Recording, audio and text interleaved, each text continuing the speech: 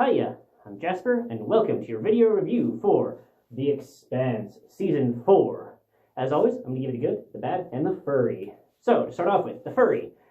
It's a space show, so as with the other seasons, there's not a whole lot of furry. Sorry. Alright, so, moving on to the good and the bad. Hopefully like Season 3, and hopefully like where Season 3 ended, because you may just want to stop at Season 3 and hope and kind of theorize yourself into a continuation that you enjoyed. Because if I wasn't so invested in these characters from the last 3 seasons, I probably would have stopped about halfway through this season. Gotta be honest. If any of you have seen the show Andromeda, Gene Roddenberry's Andromeda, and I realize it was not the most popular shows, but if you've ever seen it, how the first 4 seasons were doing one thing, and then Season 5, they just took it to totally left field, and that's how the season was. That's kind of what they did here. It's understandable because of the changes that have happened from Season 1 through 3, that certain, tensions and whatnot aren't going to continue in the same way, so I understand that. But most of it's just set on this planet, and if you've seen the movie Prometheus, how it's just like, oh, they're going to do something dumb, and then, oh, this bad thing happens, and then, oh, xenomorph thing, and then, oh, another xenomorph thing, and another xenomorph. It has a very Prometheus-y feel to it, and I don't say that in a complimentary way.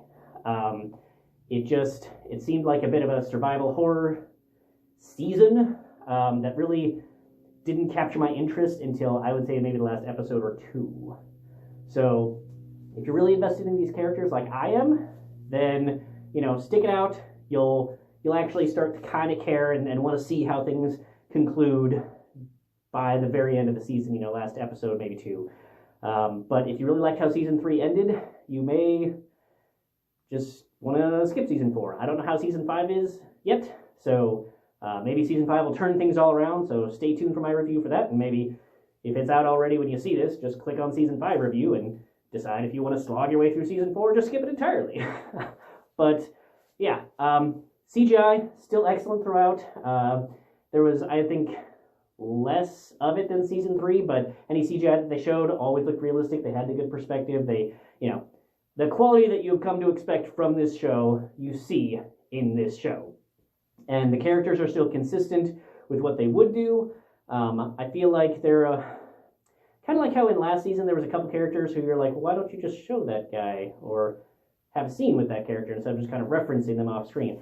I'm guessing maybe there was like a contract thing, or the actor or actress wasn't available, or they just wanted to write things out, or maybe that's how the books went. I don't know, because I haven't read the books. I'm not going to. But there was a couple times where I felt like they could have actually had a scene with a character instead of referencing it or changing where things went so that they didn't have to include that character anymore. And the last thing I'll say is that if you think about how Season 3 ended, and they talk about it right at the beginning of Season 4, but if you think about how Season 3 ended, you gotta feel bad for Mars. Like, you just gotta feel bad for Mars. Just think about that for a minute when you think about how Season 3 ended. But yeah, so I would say watch this if you're a super fan, but otherwise you may want to skip it. So that's all I have for this one. Hope you enjoyed it. Hope to see you at the next one. Thanks for coming. Bye.